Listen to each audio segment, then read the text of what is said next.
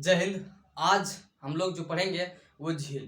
तो दोस्तों बहुत लेट हो गया हमारे क्लास को लेते हुए, बहुत टाइम हो गए, करीब करीब 15-20 दिन हम आप सबों को क्लास नहीं दे पाए। तो इसके लिए हम तहे दिल से आप सबों से क्षमा मांगता हूँ। तो आप सभी हमारे साथ रहें, हमारे साथ जुड़ें और हमारे एक एक चीज़ों को समझने की कोशिश करेंगे। तो आज होगा हमारा झील का जो है कि लास्ट क्लास। हम कई कामों में उलझे रहे जिसके कारण क्या हुआ कि हम क्लास ले नहीं पाए। तो आपसे माफ़ी मांगता हूँ। और जो है कि तकरीबन ज्योग्राफी की जो क्लास थी हमारी वो करीब करीब हो चुकी है। और जो भी हमारे ज्योग्राफी की क्लास नहीं कुछ देखे हैं वो उन क्लास को भी देखते हुए चलेगा, क्योंकि हमने वो सारी डिटेल चीज़ें जो है वो आपको हमने दे दी है। तो आप सबों को वो थोड़ी थोड़ी शॉर्ट शॉर्ट वीडियो में आपको देखते हुए चलना है। तो इस क्लास में हम लोग जो पढ़ेंगे वो मुख्यतः जो है कि वो यूरोप और एशिया और ऑस्ट्रेलिया तीनों महादेश के जो झील हैं, मुख्यतः 5 झील इनमें हैं। 4 झील जो है कि यूरोप और एशिया महादेश के बीच में 4 झील है और एक ओशानिया यानी कि ऑस्ट्रेलिया में। तो 4 झीलों को हम लोगों को पढ़ना है, धीरे धीरे पढ़ना है, चीज़ों को समझते हुए चलना है, कॉन्सेप्चुअल रूप से समझना है। और इसके आस पड़ोस में कितने देश हैं, कौन कौन से देश हैं, उन देशों को भी हम लोग को ध्यान में रखते हुए चलना है। तो हम लोग आज सबसे पहले पढ़ेंगे कौन सा झील। और देखिए जल डमरू हो गया, जल संधि हो गया या फिर कैनाल हो गया, इन सारी चीज़ों को हमने अभी तक पढ़ा नहीं है। तो अगले अगले वीडियो में शॉर्ट शॉर्ट वीडियो में देता हूँ ताकि आप लोगों को भी आसानी हो और हमें भी पढ़ाने में और समझाने में आपको आसान महसूस हो, जिसके कारण आपको मैं छोटे छोटे वीडियो देता हूँ। तो आप सभी अच्छे कंटेंट दिखाएं और हमें भी अनुग्रहित करें, ठीक है। तो आज का जो हमारा मुख्यतः क्लास होगा वो झील पर होगा। कौन कौन से झील? तो मुख्यतः 4 जो झील है वो कौन से, यूरोप और जो है कि एशिया के बीच 4 झील मुख्यतः वो कौन कौन से झील है उनको भी हम लोग देखते हुए चलेंगे। देखिए यूरोप में एकमात्र ऐसा झील है, यूरोप और एशिया के बीच एक झील है, उस झील का नाम है कैस्पियन झील। देखिए ब्लैक सी और कैस्पियन सी यदि दिया जाए, देखिए एक बात को ध्यान में रखना है, ब्लैक सी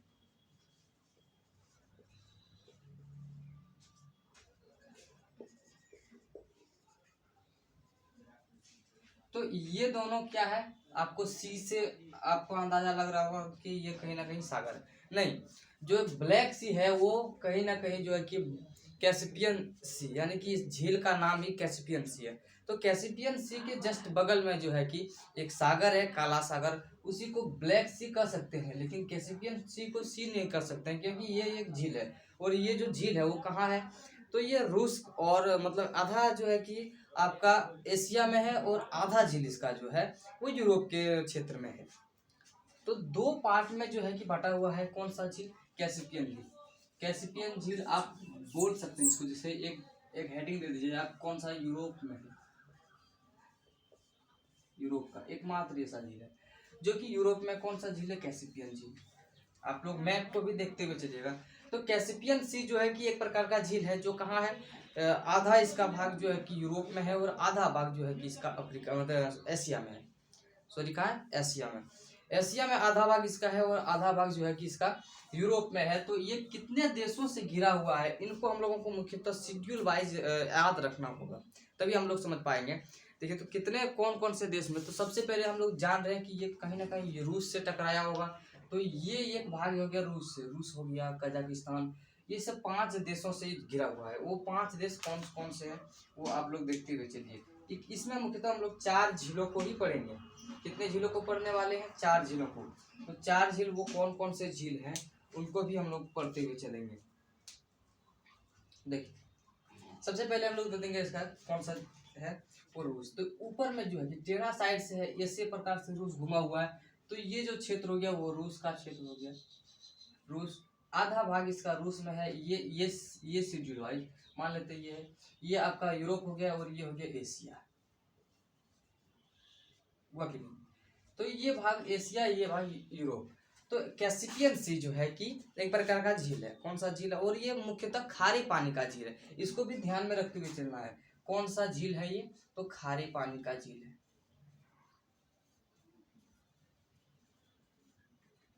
कौन सा झील है? खारे पानी का झील है। खारे पानी मतलब आप लोग समझ रहे हैं कि समुद्री पानी का झील है। और मीठा पानी का झील कौन कौन से, उनको भी हम लोग बात करते हुए चलेंगे।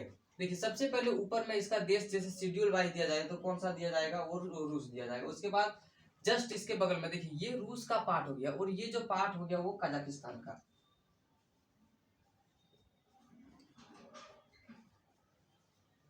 कौन सा भाग है, कजाकिस्तान। और नीचे वाले जो भाग हो गया इसका थोड़ा इस साइड में, ये हो गया आपका कजाकिस्तान का भाग, और ये जो भाग हो गया वो कौन सा हो गया, वो ये भाग हो गया तुर्कमेनिस्तान।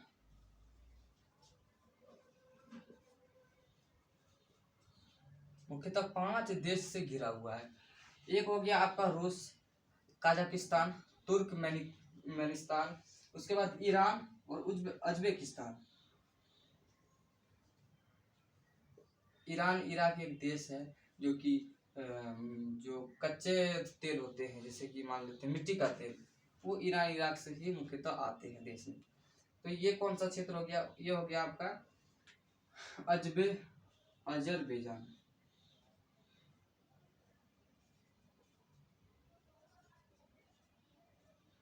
तो आप लोग मुख्यतः कितने झील को देखेंगे, तो सबसे पहले 4 झील हम लोग का जो है कि वो मुख्यतः रूप से है। कौन कौन से हैं 4 झील, तो उनको भी देखते हुए चलेंगे। सबसे पहले कैस्पियन सी, उसके बाद जो है कि एक सागर है अरब सागर, वो भी कहीं ना कहीं जो है कि झील है। अरब सागर के बाद जो बेलखास झील, उसके बाद एक है बैकाल झील। 3 झील जो है कि एशिया में है, और 2 झील जो हमारे हैं, एक झील जो है वो यूरोप के महादेश में। तो एक झील हमने पढ़ा, अब आएंगे हम लोग एशिया महादेश के। एशिया महादेश में कितने झील है, तो मुख्यतः 3 झील है। कौन कौन से हैं वो भी देखते हुए चलेंगे। एक में देखेंगे हम लोग, 1 नंबर में जैसे हो गया आपका जो अरब सागर। आप लोग मैप को देखिएगा, देखिए अरब सागर जो है कि यहाँ पर है। ये जो झील है वो कौन सा झील है, अरब सागर। वो झील जो है कि वो कहाँ है, अरब सागर। अरब सागर जो है कि एक देश हो गया। उसके बाद ये जो देश है वो कौन सा देश है, वो उज्बेकिस्तान है। उज्बेकिस्तान बोला जाता है, उज्बेकिस्तान जो बोल सकते हैं।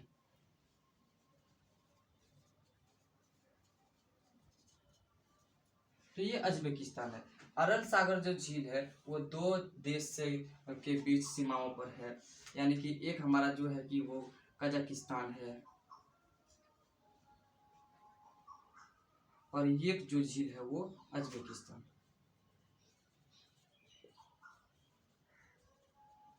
यानी कि मुख्यतः 2 देश में ये बटा हुआ है। कौन कौन से देश, एक कजाकिस्तान और एक उज्बेकिस्तान। एक अरब सागर हो गया, दूसरा नंबर में हम लोग पढ़ने वाले हैं कौन से, अरब सागर के बाद एक जो बेलखास झील है।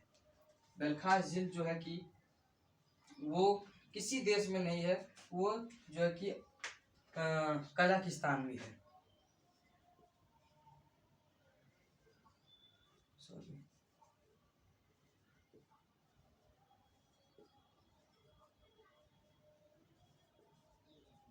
बेलखास झील किसी एक ही देश में है। वो देश का नाम कौन सा है, वो जो देश है वो कजाकिस्तान में ही यहाँ पर स्थित है। कौन सा, बेलखास, जो बोल सकते हैं बेलखास या बेलखास, जिसमें भी दिया जाए। आपको एग्जाम में इस तरह से पूछा जाता है कि बेलखास झील जो है कि वो कौन से देश में स्थित है, तो आप मुख्यतः देख लेंगे कौन से देश में है, तो ये कजाकिस्तान में। तो ये एक ही देश में जो कि कजाकिस्तान, ये भी कहीं ना कहीं खारे पानी का झील है। अरब सागर भी जो है कि खारे पानी का झील है। ये भी कहीं ना कहीं जो है कि खारे पानी का झील है। बेलखास जो है कि ये भी खारे पानी का झील है। और एक और झील है, उस झील का जो नाम है, उस झील का नाम क्या है, बैकाल झील, जो कि एशिया में ही स्थित है, 3रा नंबर। और मीठे पानी का झील है, क्योंकि और ठंडे पानी का भी झील कर सकते हैं, क्योंकि ये रसिया में है, यानी कि रूस में है। रूस में है और ठंडे क्षेत्र में है। इसके ऊपर से जो है कि मकर कर्क से ऊपर है, अंटार्कटिक वृत्त के सीध में जो है स्थित है। क्योंकि ये ठंडा प्रदेश वाले क्षेत्र है, तो ये कहीं ना कहीं ठंडे पानी का झील है, और ये कहीं ना कहीं एक प्रकार से मीठे पानी का झील है, वो है बैकाल झील। बहुत पॉपुलर झील है, बहुत बार आपको एग्जाम के सेट में देखते हुए मिल जाएगा। तो बैकाल झील कहाँ पर स्थित है, तो बैकाल झील जो है कि वो रूस में एक ही देश में, रूस के एक ही देश में स्थित है। तो अब मुख्यतः आपसे पूछा जाए कि रूस में लगभग कितने झील हैं, तो एक बैकाल झील हो गया और एक कैस्पियन झील, जो कि आधा भाग जो है कि इसका रूस में है और आधा भाग में से इधर अजरबैजान और कजाकिस्तान, ईरान और तुर्कमेनिस्तान में है। आप लोग समझ गए। और एक जो झील हमारा बच गया वो ऑस्ट्रेलिया का, ओसानिया का। ओसानिया में जो है कि आयरे झील एक मात्र ऐसा झील है जो कि ऑस्ट्रेलिया आयरे झील है, ऑस्ट्रेलिया यानी कि ओसानिया बोल सकते हैं इसको। तो हमने आज झील की पूरी क्लास को खत्म कर दिया। यदि आपको एक बार में समझ में नहीं आता है तो दोबारा इस चीज़ को पढ़ें, दोबारा नहीं समझ आता है तो कमेंट करके बताएं, हम और शॉर्ट लेकर के आपको आएंगे वीडियोज़ को। तो आप सभी ऐसे ही पढ़ते हुए चलिएगा और लाइक शेयर कमेंट करते हुए चलिएगा, क्योंकि अपने दोस्तों को भी ये प्रोवाइड करा दीजिए। आप सभी वो भी देख लेगा, जो भी कॉम्पिटिटिव एग्जाम की तैयारी करते हैं, प्रिपरेशन करते हैं। और जनरल नॉलेज हम लोगों को आना ही चाहिए, जनरल नॉलेज के बिना हम लोग अधूरा है। तो हम लोग सभी को क्या होना चाहिए, एकजुट होकर के पढ़ना चाहिए और एक एक चीज़ों को भी पढ़ना होगा, तभी आप सिलेक्शन के उस दौर तक पहुंच सकते हैं। अन्यथा जो होगा ना, वो कहीं ना कहीं आप आधा अधूरा पढ़ करके कुछ हासिल नहीं कर पाएंगे। तो इसी के साथ आप सभी वीडियो को देखते हुए चलिएगा और जो भी स्क्रीनशॉट मारना चाहते हैं वो एक बार स्क्रीनशॉट मारें। मिलते हैं अगली क्लास में, उसके लिए जय हिंद, जय भारत।